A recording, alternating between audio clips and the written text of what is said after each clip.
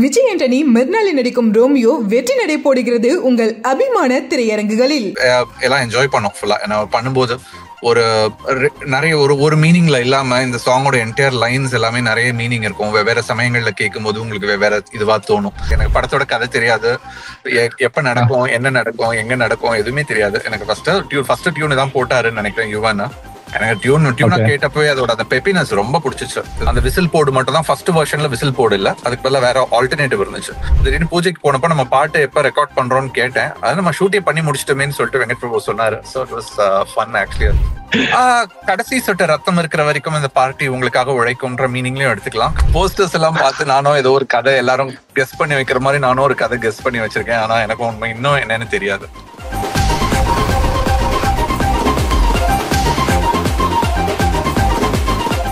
இன்னைக்கு டே வந்து ரொம்ப ரொம்ப ஸ்பெஷலான டே. ஏன்னா 7:30 மணிக்கு தமிழ்நாடே விசில் போடுன்னு காத்துட்டு இருந்த ஒரு மொமெண்ட் வேற ஒரு விஷயத்துக்காக அப்படியே மாத்தி இன்னைக்கு இந்த விஷயத்துக்காக விசில் போட வச்சிருக்கீங்க. ஸோ எப்படி சார் ஃபீல் பண்றீங்க? விசில் போடு விஜய் சார் கூட ரொம்ப நாளுக்கு அப்புறம் ஒரு கொலாபரேஷன். ரொம்ப மகிழ்ச்சியா இருக்குங்க. ரொம்ப ஒரு வெங்கட் பிரபு அவர்களுக்கு தான் நன்றி சொல்லணும். ஒரு ரொம்ப இன்ட்ரெஸ்டிங்கான ஒரு கான்செப்டா இந்த சாங் ரொம்ப எல்லாம் என்ஜாய் பண்ணோம் ஃபுல்லா. ஏன்னா பண்ணும்போது ஒரு நிறைய ஒரு மீனிங்ல இல்லாம இந்த சாங்கோட என்டையர் லைன்ஸ் எல்லாமே நிறைய மீனிங் இருக்கும். வெவ்வேறு சமயங்கள்ல கேட்கும் போது உங்களுக்கு வெவ்வேறு இதுவா தோணும். ஒரு பார்ட்டியோட செலிப்ரேஷன் நினைச்சீங்கன்னா இது ஒரு பார்ட்டியோட சாங். ஒரு நீங்க வந்து இன்னொரு அது என்ன மாதிரியான பார்ட்டி அப்படின்றதே ஒரு 2 டிஃப்ரெண்டான மீனிங்ல போகும். ஒரு மேட்சுக்கு வந்து நீங்க செலிப்ரேட் பண்ணணும் அப்படின்னும் போது ஒரு ஹீரோவை செலிப்ரேட் பண்றதுக்கான ஒரு சாங்கா இருக்கும். ஸோ ரொம்ப இன்ட்ரெஸ்டிங்கா வந்துருந்துச்சு. இந்த சாங்ல நிறைய எலிமெண்ட்ஸ் இருந்துச்சு. சார் இன்னொரு பக்கம் பார்க்கும்பொழுது இந்த விசில் போடுன்ற வார்த்தையில விசில மட்டும் தூக்கிட்டு ஓட்டுன்னு வச்சோம்னா விஜய் சாரோட பொலிட்டிக்கல் ஜேர்னிக்கும் இந்த கட்சிக்கு ஒரு ஆந்தமா வைக்கலாம் சார். அந்த மாதிரியான லிரிக்காவும் இருந்திருக்கு. இன்புட்ஸ் டிஸ்கஷன்ஸ் விபி சார் கூட பேசும்போது ஏதாவது இருந்ததா சார்? இதை பத்தி ஏதாவது? எதுவுமே இல்லைங்க. அவர் எனக்கு ஃபர்ஸ்ட் டியூன் அனுப்பிட்டு ஒரு பார்ட்டி சாங் வேணும்னு சொல்லி கேட்டாரு. அவ்வளவுதான்.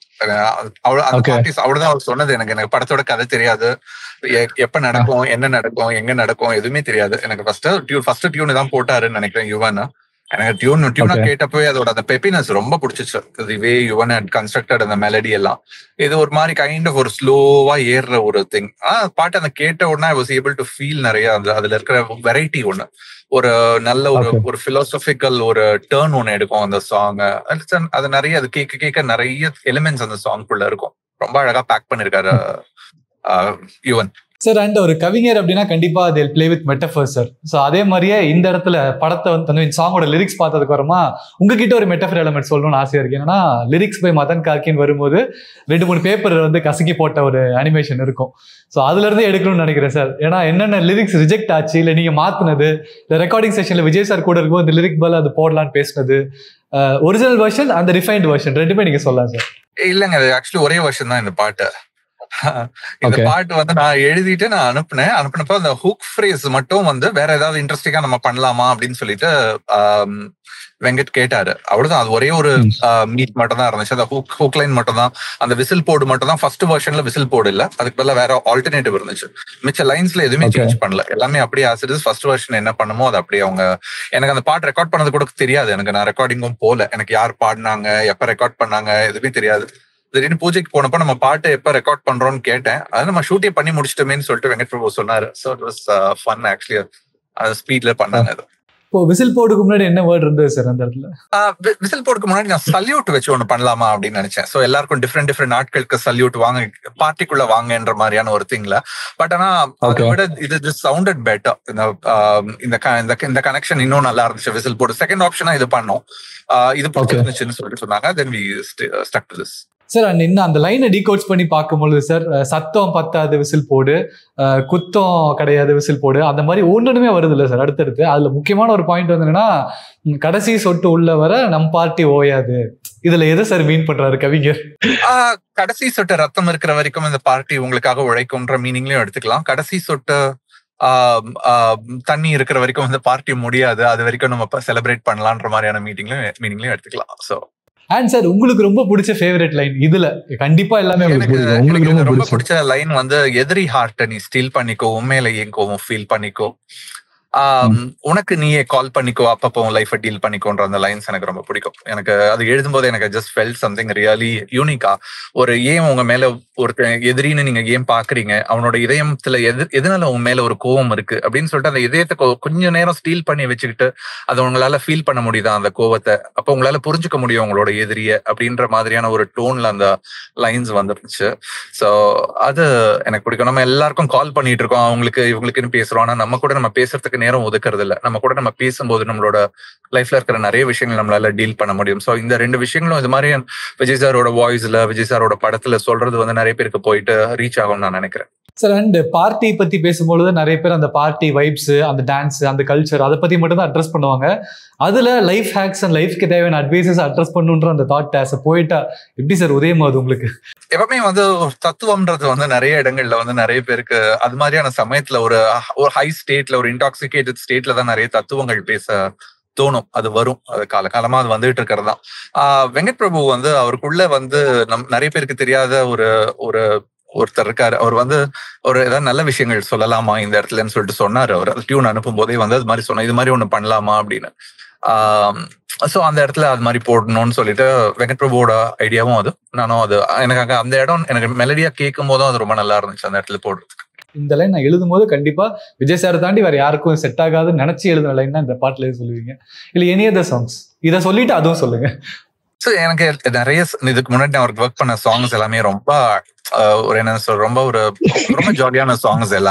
எல்லா சாங்ஸ்லயும் அந்த படத்தோட கேரக்டர் தான் மோஸ்ட்லி அதுல எடுத்துட்டு வருவேன். ஏன்னா அவர் வந்து ரொம்ப அழகா அந்த கேரக்டர் வந்து எனாக்ட் பண்ணுவாரு. கூகுள் சாங் ஆகட்டும், ஒரு பாய் ஃப்ரெண்ட் இன்ட்ரடியூஸ் பண்ற, கேர்ள் ஃப்ரெண்ட் இன்ட்ரடியூஸ் பண்ற சாங், செல்ஃபி புள்ளையில இருக்கிற ஒரு லைவ்லியான அந்த ஒரு திங், அண்டார்டிகா சாங்ல இருக்கிற ஒரு ராணுவ வீரனோட காதல், இது மாதிரி அஸ்கா படத்துல ஒரு என்ஜினியர் வந்து லவ் எக்ஸ்பிரஸ் பண்ற விதம்னு சொல்லிட்டு ஒவ்வொரு பாட்டுலயும் அந்தந்த கேரக்டர்ஸ் வரும். இந்த படத்துல எனக்கு கேரக்டர் பத்தி ரொம்ப நல்லா இதுவா தெரியாது. ஆனா இந்த பாட்டுல வந்து செலிப்ரேஷன் அண்ட் இந்த பாட்டுல வந்து நல்ல விஷயங்களும் அங்கங்க சொல்லலாம், அப்பப்ப இது பண்ணலாம் அப்படின்ற அந்த ஒரு திங்ல பண்ணும்.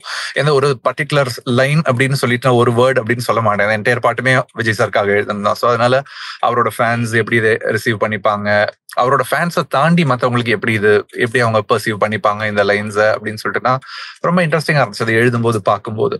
சார், அந்த ஒரு போயிட்டா பார்க்கும்பொழுது சார், ஒரு சிச்சுவேஷன் கேட்டு அந்த சிச்சுவேஷனுக்கு பாட்டு எழுதுறது, இல்லை அந்த ஆர்டிஸ்ட் கேரக்டர், அந்த லீடோட கேரக்டர் என்னன்னு புரிஞ்சுட்டு அதுக்கேற்ற மாதிரி பாட்டு எழுதுறதுன்றது குவைட் ஓகேஷா இருக்கும் சார். பட் நீங்க சொன்ன மாதிரி இந்த பாட்டுல உங்களுக்கு என்ன சீக்வன்ஸ்ன்னு தெரியாது, என்ன சிச்சுவேஷன் தெரியாது, ஹீரோவோட கேரக்டர் என்னன்னு தெரியாது. இதெல்லாம் தெரியாம அந்த பாட்டுக்கு லிரிக்ஸ் எழுதும் போது ப்ரெஷர் இருந்ததா இல்ல என்ன மாதிரி சேலஞ்சஸ் இருந்தது சார் உங்களுக்கு? எதுவுமே தெரியாம ஜஸ்ட் லிரிக் அலோன் என்ஜாய். நான் எப்பவுமே எந்த பாட்டு வந்துச்சுனாலும் இது வந்துச்சுனாலும் ப்ரெஷர் எடுத்துக்க மாட்டேன். ஸோ அந்த பாட்டை எப்படி அதை நம்ம ஹேண்டில் பண்ணணும், இந்த பாட்டை நம்ம எப்படி எக்ஸ்பிரஸ் பண்ணணும்னு நினைக்கிறோம். இல்லை, ஒவ்வொரு சாங்கும் ஒரு எக்ஸ்பெரிமெண்ட் தான். நான் அப்படிதான் நான் பார்ப்பேன். இந்த சாங்ல நம்ம எப்படி வந்து இன்ட்ரெஸ்டிங்கா சில விஷயங்களை சொல்ல முடியும், சில எலிமெண்ட்ஸ், சில லேயர்ஸ் எப்படி வைக்க முடியும், எப்படி இதை கொண்டு வரலாம் அப்படின்ட்டு பாக்குறது தான். ஸோ அந்தந்த சாங் அந்தந்த மூமெண்ட் எக்ஸ்பெரிமெண்ட், அவ்வளவுதான்.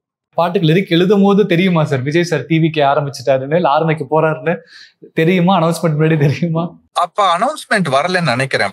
வரப்போகுது அப்படின்னு சொல்லிட்டு ஒரு அனௌன்ஸ்மெண்ட் வரப்போகுதுன்ட்டு ஒரு செய்தி மட்டும் வந்துகிட்டு இருந்துச்சு.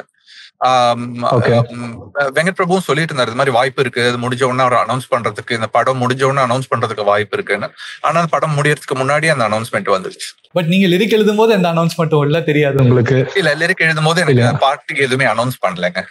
பட் அந்த கேம்பெயின் அண்ட் சாம்பெயின் வேற லெவல் சார். வேர்ட் பிளே வேற லெவல், பார்ட்டி எபிக் சார், வேற லெவல்ல இருக்கு.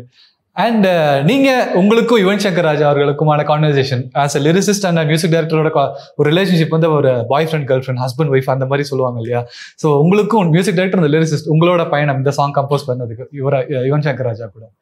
எனக்கு வெங்கட் பிரபுக்கு தான் அகைன் திருப்பி இருக்கு நான் நன்றி சொல்லணும். ஏன்னா அவர் தான் வந்து யுவன் கூட என்ன ஃபர்ஸ்ட் இணைச்சு வச்சாரு முதல் படத்துல, பிரியாணி படத்துல. அதுக்கப்புறம் இருந்து ரொம்ப அழகான பிறவியினும் தூண்டில் முள்ளில்னு ஒரு சாங் மாஸ்ல பண்ணோம், என்னோட ஃபேவரட் சாங் அதுல. அதே மாதிரி நான் அவள் இல்லைன்னு ஒரு பாட்டு அதுல இருக்கும். அது மாதிரி ரொம்ப அழகழகான பாட்டு. ரீசெண்டா வந்து 7 கடல் 7 மலை படத்துல வந்து மறுபடி நீன்னு ஒரு பாட்டு ஒண்ணு பண்ணிருப்பாரு, அவுட்ஸ்டாண்டிங் மெலடி. சோ யுவன் கூட எனக்கு ரொம்ப ஆரம்பத்துல இருந்து அவரோட மியூசிக் ரொம்ப பிடிக்கும், அவரோட மெலடி ரொம்ப பிடிக்கும், அவரோட சாங் கன்ஸ்ட்ரக்ஷன் ரொம்ப பிடிக்கும். அவர் சாங்ல ஒரு உண்மை இருக்கும், ரொம்ப அலங்காரங்கள் நிறைய இல்லாம ஒரு உண்மை இருக்கும். அது கொஞ்ச நாள் ஆகும் அது உண்மை வந்து நமக்குள்ள வந்து ஹிட் ஆகிறதுக்கு. அது மாதிரியான சாங்ஸ் அவர், நான் முத்துக்குமார் கூட ஒர்க் பண்ண சாங்ஸ், ரொம்ப நிறைய என்ஜாய் பண்ணிருக்கேன். அவர் கூட சேர்ந்து ஒர்க் பண்றது ஆல்வேஸ் அ பிளஷர். ரொம்ப எதுவுமே ரொம்ப ஓவரா இப்படி வேணும் அப்படி வேணும்னு சொல்ல மாட்டாரு. அவர் கிளீனா ஒரு டியூனை கொடுத்துருவாரு. என்ன வருதோ ஏதாவது ஒரு வேர்ட் மட்டும் பாடுறதுக்கு டிஸ்டர்பன்ஸா இருந்துச்சுன்னா மட்டும் இந்த வேர்டை சேஞ்ச் பண்ணலாமா, சிம்பிளிஃபை பண்ணலாமான்னு கேட்பாரு. ரொம்ப எளிமையான ஒரு பர்சன் ஒர்க் பண்றதுக்கு. அண்ட் சார், நீங்க எழுதும் போது எனக்கு தெரியாது கேரக்டர் அண்ட் சிச்சுவேஷன் தெரியாது. நீங்க இப்போ ஐடியா இருக்கா சார்? கேட்டீங்களா? அப்புறம் பேசிட்டீங்களா விபி சார் கிட்ட? என்ன படம் எதை பத்தி போஸ்டர்ஸ் எல்லாம் பார்த்து நானும் ஏதோ ஒரு கதை எல்லாரும் கெஸ் பண்ணி வைக்கிற மாதிரி நானும் ஒரு கதை கெஸ் பண்ணி வச்சிருக்கேன். ஆனா எனக்கு உண்மை இன்னும் என்னன்னு தெரியாது. சார், யூடியூப் சேனல் பண்ற வேலையில நீங்களே பண்ணிட்டீங்கன்னா அப்புறம் எங்களுக்கு என்ன சார் வேலை இருக்கு? அப்படி இல்லைங்க. எனக்கு ஏன்னா நான் அதே மாதிரி மாநாடு படமும் அதே மாதிரிதான். அந்த மெஹர்ஸைலா சாங் எழுதி முடிச்சுட்டு படம் ரிலீஸ் ஆகிற வரைக்கும் அந்த டைம் லூப் பத்தின படம்னு எனக்கு தெரியாது. ஸோ அது அந்த சாங் மட்டும் தான் வேணும். அப்படி அந்த சாங்கான சிச்சுவேஷன் ஒரு கல்யாணத்துல நடக்குது, இவ்வளவுதான் அதுலயும் சொல்லியிருந்தாரு. ஸோ எனக்கு அது பிடிக்கும். ஏன்னா எனக்கு நிறைய சமயத்துல கதை தெரியாம போய் தியேட்டர்ல போய் படம் பார்க்கும்போது ஃப்ரெஷ்ஷா இருக்கும். ஒரு புது படம் பார்க்கற அந்த ஒரு ஃபீல் இருக்கும். கதை ஏற்கனவே தெரிஞ்சிருச்சு அப்படின்னா எனக்கு வந்து அந்த ஒரு எக்ஸைட்மெண்ட் கொஞ்சம் கம்மியாயிரும். அதனால எனக்கு இப்படி இருக்கிறது ஒரு விதத்துல பெட்டர். இந்த சாங் டெஃபினட்டா படத்துல ஓப்பனிங் சாங்கா இருக்காது, வேற எங்கேயாவது இன்சர்ட்ஸ்ல பிளேஸ்மெண்ட் தான் இருக்கும் ஆப்வியஸ்லி. என்ன மாதிரி சிச்சுவேஷன்ல எந்த இடத்துல இருந்தா அந்த கதைக்கு பெர்ஃபெக்டா இருக்கும் நீங்க நினைக்கிறீங்க? ஒரு ஃபேன் மொமெண்டா இல்ல ஒரு கிரிட்டிக் ஃப்ரண்ட்ல நீங்க கூட சொல்லுங்க. இந்த பாட்டு வந்து ஓப்பனிங்ல தான் வரணும்னு நினைக்கிறேன். எனக்கு ஓப்பனிங்ல வரும்போது தான் இட் பி பெட்டர். ஆக்சுவலி படத்தோட ஒரு மூடை செட் பண்றதுக்கான ஒரு it should be an action மூவின்னு நினைக்கிறேன். கண்டிப்பா ஒரு நல்ல ஒரு ஆக்ஷன் மூவியா இருக்கும். ஸோ அந்த ஆக்ஷனும் ஒரு நல்ல ஒரு ஆக்ஷன் பிளாக் அப்புறம் இந்த பாட்டு வந்துச்சுன்னா ரொம்ப நல்லா இருக்கும். விஜய் சார் வந்து படம் இதுக்கப்புறம் ஒரே ஒரு படம், அதுக்கப்புறம் பண்ண மாட்டோம், பொலிட்டிக்கல் கரியர் பொலிட்டிக்கல் ஜேர்னி அப்படின்னு அனௌன்ஸ் பண்ணியிருக்காரு. ஒரு பக்கம் சந்தோஷம் இருந்தாலும் ஒரு பக்கம் வருத்தங்களும் இருக்கதான் செய்யுது சார். விஜய் சாரோட பொலிட்டிக்கல் கரியர் நீங்க எப்படி சார் பாக்குறீங்க? அவரோட ஜேர்னி, பொலிட்டிக்கல் ஜேர்னி ஸ்டார்ட் பண்ண போறாரு. கண்டிப்பா அவருக்கு நான் வாழ்த்து சொல்லுவேன். கண்டிப்பா நிறைய பேர் வரணும், நிறைய புது புது எண்ணங்களோட புது புது இதோட வந்து நிறைய பேர் வந்துகிட்டு இருக்கணும். அவர் வந்து நல்ல ஒரு இந்த டைம் வந்து நல்ல டைம் சூஸ் பண்ணிருக்காரு, இது மாதிரியான ஒரு டைம்ல வரணும்ட்டு. அவருடைய எண்ணங்கள் என்னென்ன, அவங்க என்னெல்லாம் பண்ணணும்னு நினைக்கிறாங்கன்னு இன்னும் தெரிஞ்சிச்சுன்னா இன்னும் நல்லா இருக்கும். ஏன்னா இதெல்லாம் கொண்டு வரணும்னு நினைக்கிறாங்க அப்படின்னு நிறைய பேர் வரணும், இளைஞர்கள். ஏன்னா இவர் வர்றது வந்து நிறைய இளைஞர்களுக்கு அரசியல் மேல ஒரு ஆர்வத்தை கொண்டு வரும். அரசியலுக்குள்ள வரலாம், இதுக்குள்ள வரலாம் அப்படின்ட்டு. கண்டிப்பா அது ஒரு ரொம்ப நல்ல ஒரு பாசிட்டிவான ஒரு விஷயமா தான் நான் பாக்குறேங்க. அடுத்து வேற என்ன படங்களுக்கு எழுதிட்டு இருக்கீங்க சார்? அப்டேட்ஸ் அதை பத்தி? கங்குவா டப்பிங் போயிட்டு இருக்கு, படம் நல்லா வந்துட்டு இருக்கு. அப்புறம் நிறைய படங்களுக்கு வசனங்கள், கதை, திரைக்கதை அதெல்லாம் பண்ணிட்டு இருக்கேன். பாடல்களும் சில படங்கள் ரொம்ப அழகான பாடல்கள் வேலை பார்த்துட்டு இருக்கேன். அண்ட் இந்த படத்துல வேற ஏதாவது பாட்டு எழுதிருக்கீங்களா சார்? கோட்ல ஒரு பாட்டு மட்டும் கங்கைமரன் சார் எழுதுறாங்க, தம்பி கபிலன் எழுதியிருக்காரு ஒரு பாட்டு, விவேக் ஒரு பாடல் பண்ணிருக்காரு, அறிவு பண்ணிருக்காரு. சோ நல்ல ஒரு டீம் பண்ணிருக்காங்க, வேலை பார்த்திருக்காங்க இதுல. சோ எல்லா பாட்டும் எக்ஸ்பெக்ட் பண்ணிட்டு இருக்கேன். Keep inspiring sir. அண்ட் இந்த மாதிரி பாடலை எங்க கிட்ட கொண்டு வந்து கொடுத்ததுக்கு ரொம்ப ரொம்ப நன்றி. அண்ட் உங்களோட பிஸி ஸ்கெடியூல், ஷூட் ஆரம்பிக்கிறது முன்னாடி கேள்விப்பட்டேன் நீங்க எங்க இருக்கீங்க, எங்க டிராவல் பண்ணிட்டு இருக்கீங்கன்னு.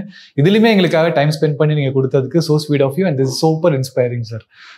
ரொம்ப ரொம்ப நன்றி அதுக்காக. Thank you so much. நன்றிங்க. தேங்க்ஸ்.